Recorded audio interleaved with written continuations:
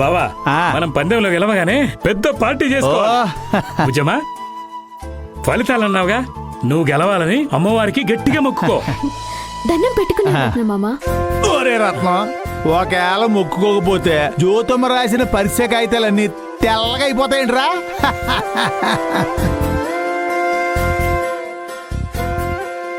శుభమా అని పిల్ల ఫలితాలు చూసుకుందామని వెళ్తుంటే నోటి కద్దు అదుపు లేకుండా ఏది పడితే అది వాగుతావేంటి? ఏదో సరదాగా అన్నానే. నీ సరదా తీరుస్తానుండు.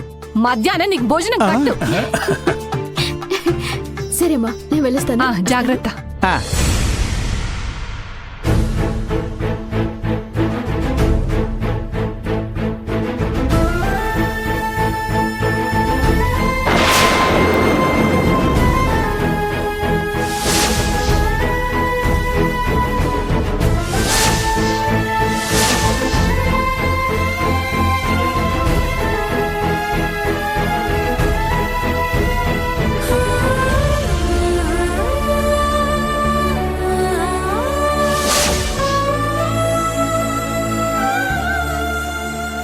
శారదమ్మా,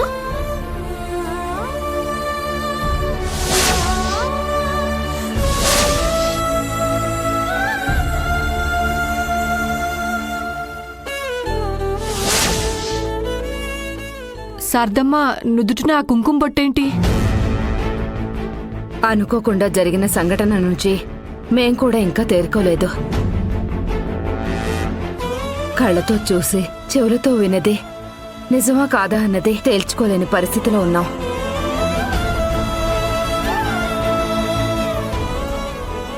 అసలేం జరిగిందత్తా? మేమిద్దరం మైసమ్మ గుడికొచ్చాం. అక్కడ ముత్తైదుకి అమ్మవారు పోనింది.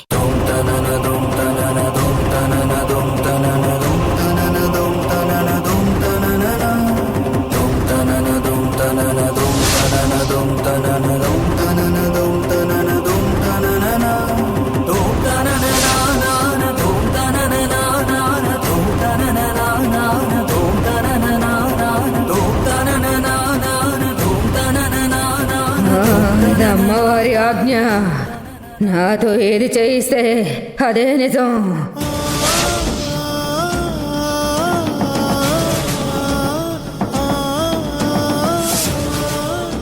నీకు దక్కాల్సిన ప్రతిదీ అమ్మవారిస్తుంది.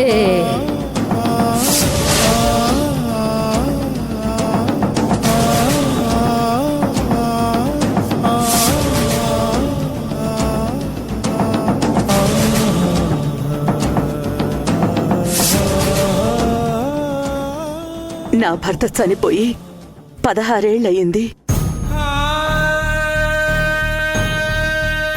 నా 5వ తనం నా నుంచి దూరమైన ఇన్ని సంవత్సరాల తర్వాత ఆవిడెవరో కుంకుమ బొట్టు పెట్టి నా భర్త బ్రతికి ఉన్నాడు అని చెప్పింది.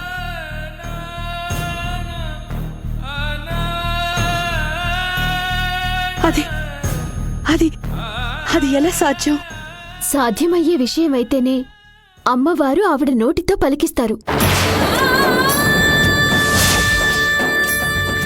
ఆవిడ చెప్పింది అంటే ఖచ్చితంగా నిజమే అయి ఉంటుంది.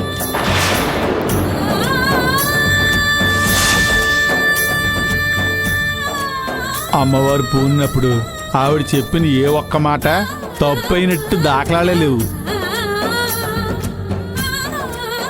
అంటే శారద భర్త బతికే ఉన్నట్టా?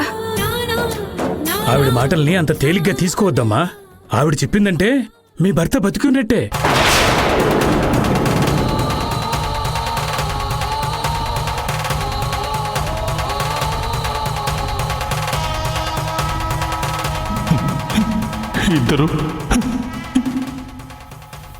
ఇద్దరు నా చేతిలో చనిపోయారు. ఈ రోజుతో మన జీవితం ముగిసిపోయింది.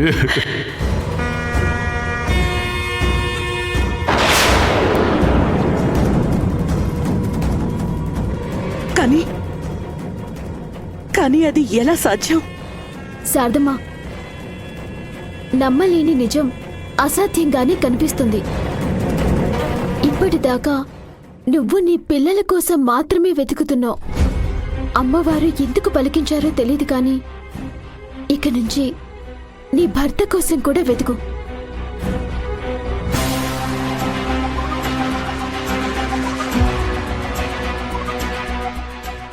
అవును శారదమ్మా, మా బస్తీ వాళ్ళందరికీ ఆవిడ దేవత లాంటిది. ఎవరికి ఏ కష్టం వచ్చినా ఆవిడే దారి చూపిస్తుంది. ఆవిడ చెప్పింది జరిగే తీరుతుంది. నువ్వు గట్టిగా నమ్మొచ్చు.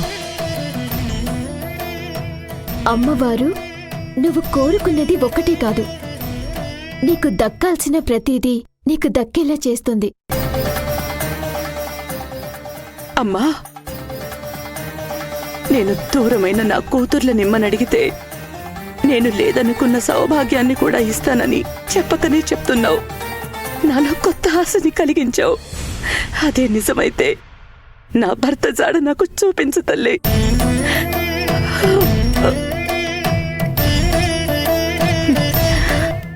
శారదమ్మా, నేను ఎగ్జామ్ పాస్ అయి పందెం గెలిచొస్తాను. అప్పుడు అందరం పండుగ చేసుకుందాం.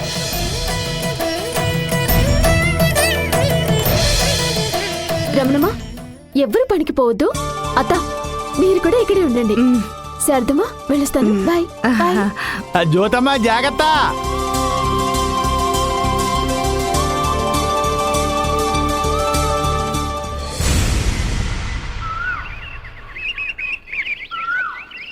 రిజల్ట్స్ ఇంకా నోటీస్ బోర్డులో పెట్టలేదేంట్రా? టైం కూడా అయిపోయింది. నేను కూడా అదే చూస్తున్నాను. ఏదో ఫార్మాలిటీకి రిజల్ట్స్ చూసుకోవడం తప్పితే ఆ జ్యోతి మీద పైచేయి నాదే.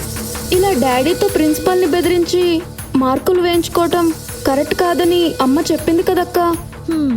అమ్మ చెప్పిన పద్ధతులతో పాటు పట్టు చీర కట్టుకోవడం కూడా నువ్వే నేర్చుకో. నాకివన్నీ చేత కావు. నాకు డాడీ నేర్పించింది ఒక్కటే, ఎలాగైనా గెలవడం. నేను దాన్నే ఫాలో అవుతాను. ఇలా అడ్డదారిలో గెలిచావని రేపు అందరికీ తెలిస్తే నీ పరువేమవుతుందక్క? నోరు మూసుకుంటావా?